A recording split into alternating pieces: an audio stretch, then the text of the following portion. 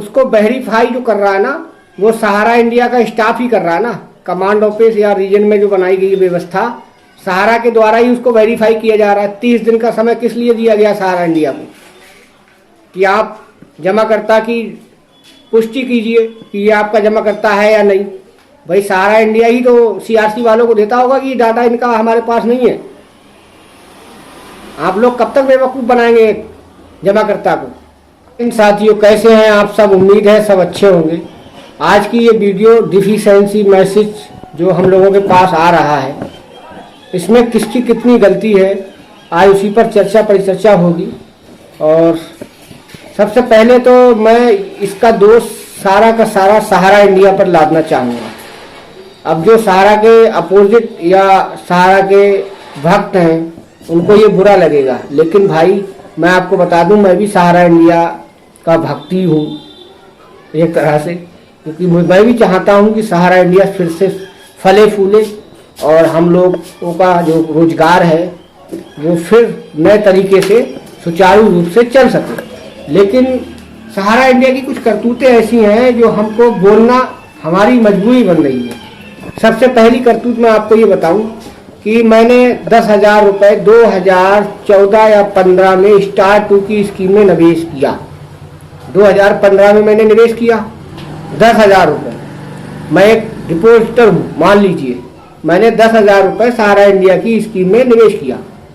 मैंने वहाँ वर्कर ने या मैंने खुद वहाँ अपना फॉर्म भरा, फोटो चिपकाया, क्योंकि बिना फार्म भरे एनआई कटती नहीं थी।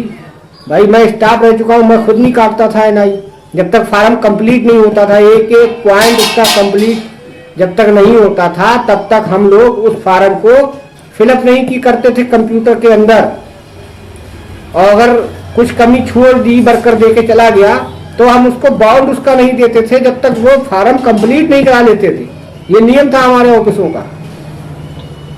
फिर क्या होता था, वो फार्म महीने बाय महीने उसको बाउंड किया जाता था, यानी उसको इकट्ठा करके उसको सिला जाता था, गड्डी बनाई जाती थी, रसीदों की अलग, फार्म की अलग, एनआई की अलग, शेयर फार्म की अलग, वो की अलग। इस तरह से हम लोग गड्डी बनाकर वहां भेजते थे।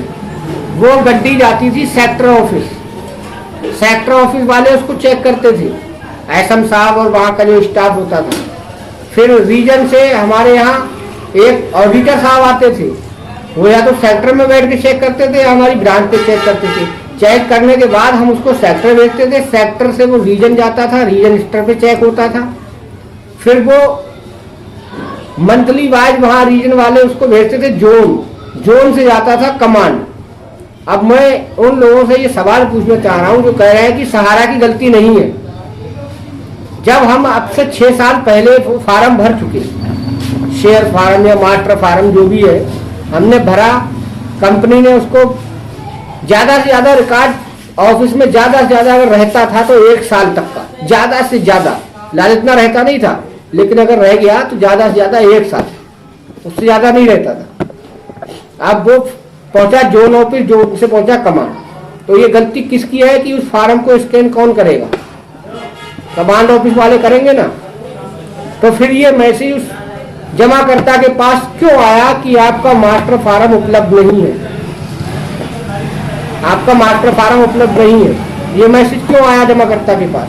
उसको वेरीफाई जो कर रहा है ना, वो सहारा इंडिया का स्टाफ ही कर रहा है ना। कमांड ऑफिस या रीजन में जो बनाई गई व्यवस्था, सहारा के द्वारा ही उसको वेरीफाई किया जा रहा है। 30 दिन का समय किस लिए दिया गया सहारा इंडिया को कि आप जमाकर्ता की पुष्टि कीजिए कि ये आपका जमाकर्ता है या नहीं।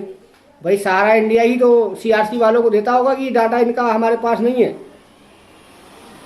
आप लोग कब तक बेवकूफ़ बनाएंगे जमाकर्ता को। ये गलती टोटली किसकी है, जमाकर्ता की है या कंपनी की है? मैं आप लोगों से इसका सवाल का जवाब पूछना चाह रहा हूँ। मैंने आज तक जितनी भी वीडियो डाली है इस अपने यूट्यूब चैनल पे, सहारा से सकारात्मक वीडियो डाली है, नकारात्मक बहुत कम डालता हूँ।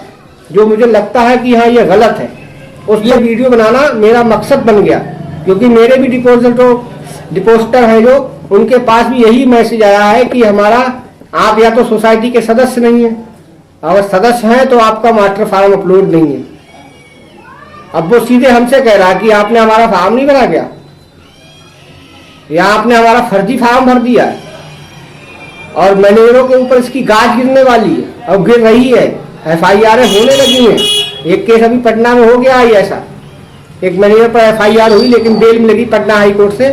लेकिन क्योंकि जिम्मेदारी मैनेजर की बनती है ना, भाई डिपोस्टर किससे कहेगा, जो वहाँ का लोकल का मैनेजर है या लोकल का उसका जमाकर्ता का एजेंट है, वो उस एजेंट से कहेगा ना कि आपने हमारा पैसा जमा नहीं किया। तो मेरी विनती है, अपील है, प्लीज सारा इंडिया वाले अगर कोई अधिकारी मेरी इस वीडियो को देख रहे हैं तो प्लीज मेरी ये बात आप उच्च प्रबंधन तक पहुंचाने की कृपा करें कि इस तरह से डिपोजिटर को परेशान करना बंद कर दें आप लोग, क्योंकि बहुत हो गया। और खुदारा इस तरह से दिक्कत हम लोगों के बीच पैदा ना करें, ताकि कोई सहारा इंडिया का नाम लेने वाला भी ना बचे। भाई मैं बताओ, मैंने अगर 10,000 रुपये जमा किया तो क्या मैं, या तो फिर वो बॉन्ड फर्जी है, फिर मेरे पास जो बॉन्ड है वो फर्जी है, और फर्जी नहीं है तो फिर इसका। और दूसरी बात ये रही कि तो फार्म की बात छोड़ दीजिए आप, क्या कंप्यूटर से डाटा नहीं जाता था? Per day day book close होकर कमांड ऑफिस जाती थी या नहीं जाती थी? तो उस डे बुक से आप चेक कीजिए, जो वहां चेक इन करने वाले बैठे हैं वो क्या देख रहे हैं वहां। जरूरी नहीं है कि फार्म ही आपको मिले, आप उस डे बुक से उसका डाटा मिलाइए ना। आप मेंबरशिप डालेंगे उसका पूरा डाटा आ जाता होगा वहां। भाई मेरी ब्रांच का अगर किसी का मेंबरशिप है या खाता संख्या है तो मैं अभी पार्टली अगर उसका बनाऊं कंप्यूटर में तो उसका पूरा डाटा आ जाता है। इस तारीख में मैं इतना पैसा जमा किया, इस स्कीम में जमा किया, इतने रुपए जमा किया, ये इनका नाम है, ये इनका एड्रेस है, सारी डिटेल तो कंप्यूटर में रखी है। फिर भी आप शेयर फार्म के पीछे पड़े। ये क्या है? जमाकर्ता को टहलाने वाली बात है। दोस्तों जितना हो सके मेरी इस वीडियो को ज्यादा से ज्यादा फैलाओ, ये जानकारी आपको ऐसी कोई नहीं देगा। और अगर नए हैं तो चैनल को सब्सक्राइब कर लीजिए। चलिए मिलते हैं आपसे नेक्स्ट वीडियो में, तब तक के लिए धन्यवाद।